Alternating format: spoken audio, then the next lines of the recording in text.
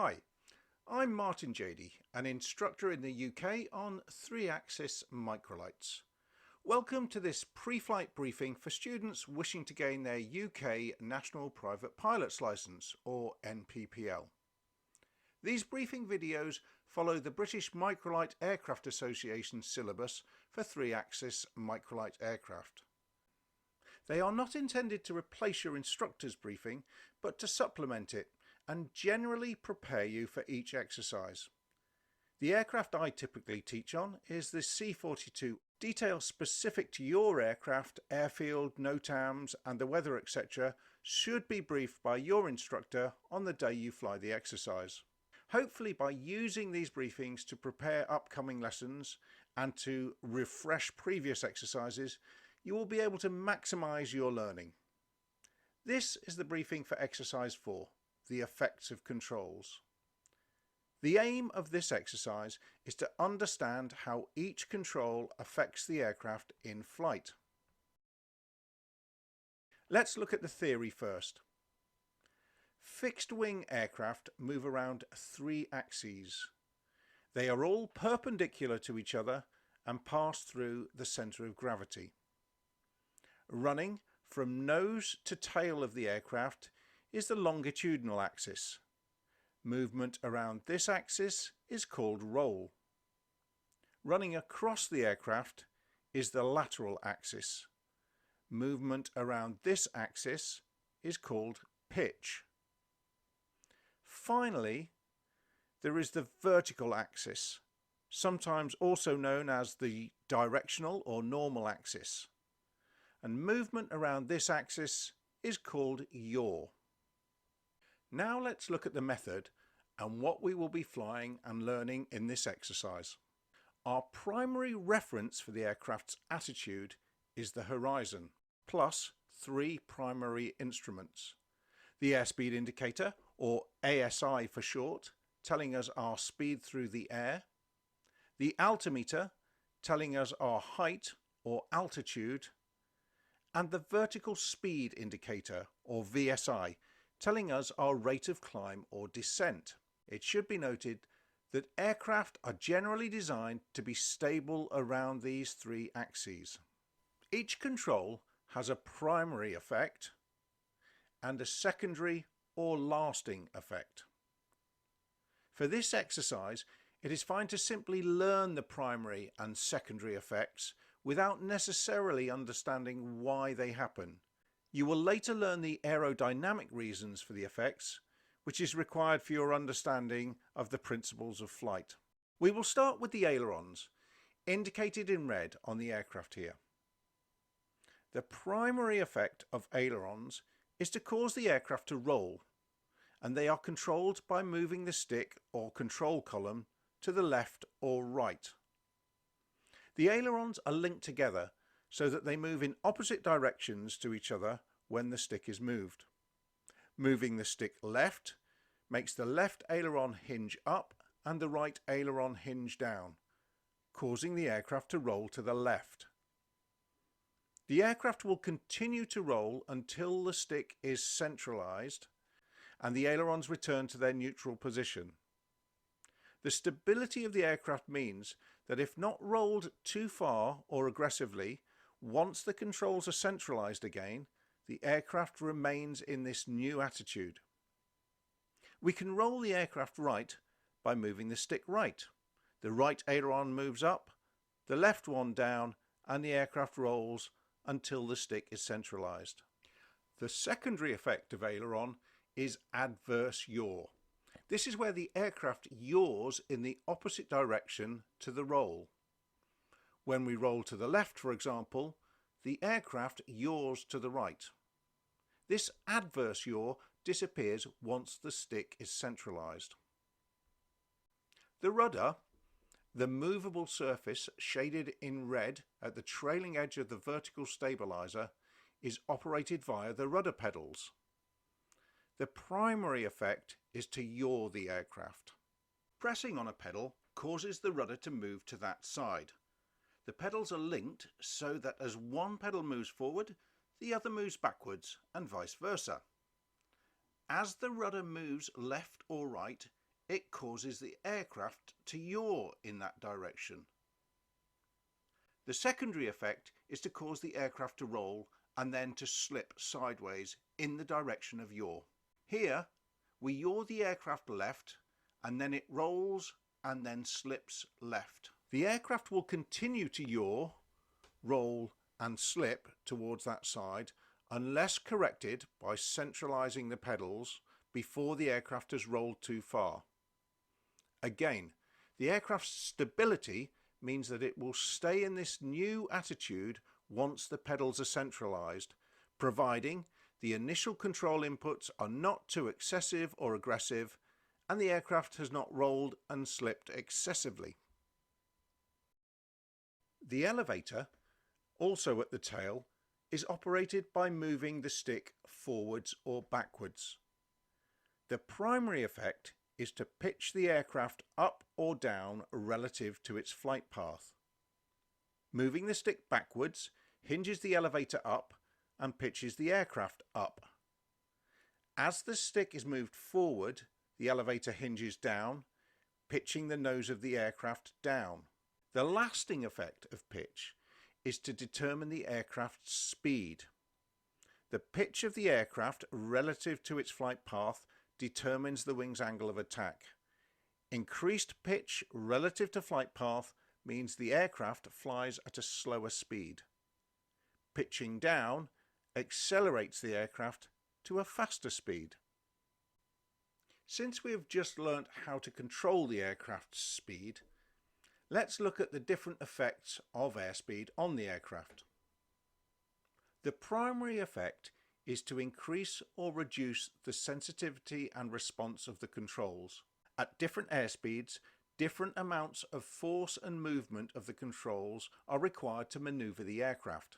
Increased airspeed increases aerodynamic forces on the control surfaces. This increases the sensitivity of the controls and the force needed to move them. The controls feel firmer and require more force to move them and are more responsive. Reduced airspeed reduces the aerodynamic forces. The controls are less sensitive and less force but greater movement is required. The controls feel softer, more sluggish and unresponsive. Next, we will look at power, which is controlled by using the throttle. The throttle controls the engine RPM and therefore the thrust that the propeller delivers. Pushing the throttle forward increases power. Pulling the throttle rearwards reduces power. The primary effects of power are a temporary change in speed and a change in the aircraft's pitch and tendency to yaw. Here we have two aircraft in straight and level flight. As we increase power, there is a temporary increase in speed, then the aircraft pitches up and returns to its initial speed. The aircraft is now at its original speed, but climbing. With the second aircraft, we reduce power. This causes a temporary reduction in speed. The aircraft then pitches down and returns to its original speed. It is now descending. So the first of three lasting effects of power is causing the aircraft to climb or descend. So having looked at the first two primary effects, let's look at the third, yaw. The air pushed backwards by the propeller is called prop wash, and it spirals around the fuselage, meeting the vertical stabilizer at an angle and creating an aerodynamic effect, trying to yaw the aircraft. In a C-42, this aerodynamic effect makes the aircraft want to yaw to the left. When we increase power, the prop wash increases, increasing the aerodynamic force and the tendency to yaw left. When we reduce power, the prop wash reduces. This reduces the aerodynamic force and reduces the tendency to yaw left. The second lasting effect is the slipstream effect. This is also influenced by the prop wash. It is the same as the effects of airspeed, except that it applies only to the rudder and elevator. Reduced power and prop wash reduces the sensitivity and effect of rudder and elevator. Increased power and prop wash on the rudder and elevator increase their sensitivity and effect. The third lasting effect is torque roll. In reaction to the force required to rotate the propeller, the aircraft wants to rotate in the opposite direction. When power is increased, the force trying to roll the aircraft to the left increases. When the power is reduced, the torque roll to the left is reduced. So, as you can see, quite a lot happens with changes of power. The effects of increasing and reducing power are summarised in these two diagrams. The speed that the aircraft is returning to is the speed it is trimmed for. The trim control operates a small trim tab on the elevator, moving it up or down. The primary effect is to remove the force required by the pilot to hold a certain pitch attitude. By setting the trim tab, a small aerodynamic force is created to hold the elevator where the pilot has set it using the stick. This means that the pilot, having set the pitch attitude for a certain speed and then trimmed the aircraft for this speed, no longer requires any force to hold the stick in this position for this attitude and speed. So its lasting effect is to allow hands-off flight at the speed set. And, as we've previously seen, if we use more power than required for level flight at this speed, the aircraft will climb at the speed trimmed for. Less power than required, and the aircraft will descend at the trimmed speed. And finally, the flaps. These are on the inboard trailing edge of each wing, indicated here in red. For structural reasons, the flaps can only be used when the airspeed is within the white arc on the airspeed indicator. Unlike the ailerons, the flaps on each side operate in the same direction and at the same time as each other. The primary effect of increasing flap angle is to increase the camber of the wing at that section. This increases the lift and drag for a given airspeed and reduces the stall speed. The first stage of flaps adds a lot more lift and just a little more drag. This is typically used for takeoff as it reduces the speed and ground roll required to get airborne. The second stage adds just a little more lift compared to the first stage, but a lot more drag. Second stage is typically used for landing as it reduces the stall speed, allowing a lower touchdown speed and shorter ground roll. The extra drag is overcome by pitching the aircraft down to maintain speed, which also allows a steeper flight path so obstacles can be cleared on approach to land. The lasting effects of flaps are either to allow a lower speed at the same attitude, useful if you wish to fly at a slower speed but maintain a safe margin over stall speed, or to maintain the same speed with a lower nose attitude, which improves forward visibility, especially below, which is beneficial on approach to landing. The speeds shown here are just for example. That concludes our run-through of the method. This image lists all the effects, primary and secondary, with the added quick reminders of the effects of power and flaps. As you hone your flying skills and progress through the syllabus, you will also learn about airmanship and threat and error management at each stage. They are usually introduced at this point in the briefing. One of the greatest threats to us when flying is other aircraft, and a good lookout is essential at all times. Develop a habit of regularly and systematically scanning the sky around you.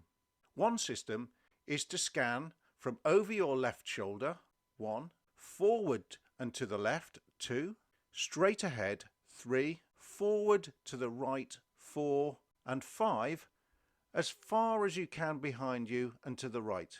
If you have a passenger, you can ask them to help by looking over their shoulder.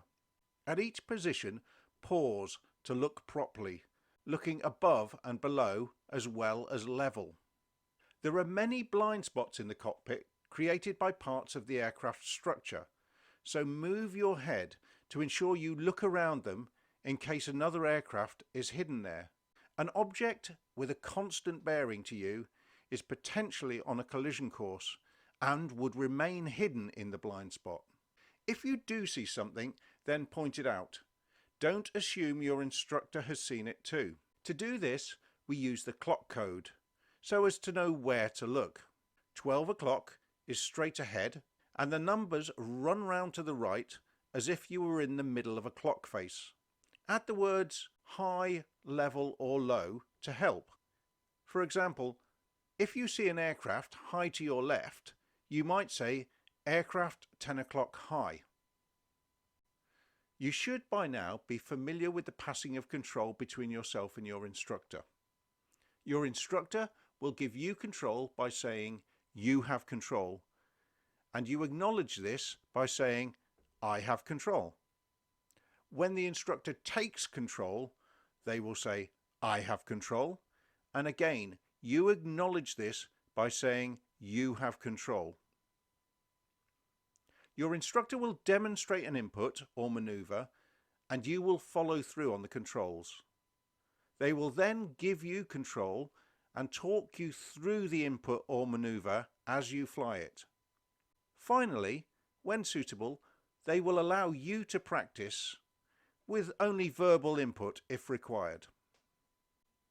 The summary for the exercise will be delivered by your instructor and will be specific to your aircraft, airfield, intended route and practice area, weather, and any other pertinent information. There will be an opportunity to ask questions, and your instructor to ask questions of you. This is not to try and catch you out, just to ensure that you've understood the briefing and exercise to be flown. There is a lot to take in this exercise, and not everything is always achieved in one flight. But understanding how the aircraft is controlled and maneuvers in flight is the building blocks of learning to fly, so be patient. I hope you find this briefing useful and helps you progress your flying. If you do find it useful, it helps me if you click like and subscribe. Please feel free to leave comments and to share with other students who you think might find these briefings helpful. All the best, happy flying, and many thanks for watching.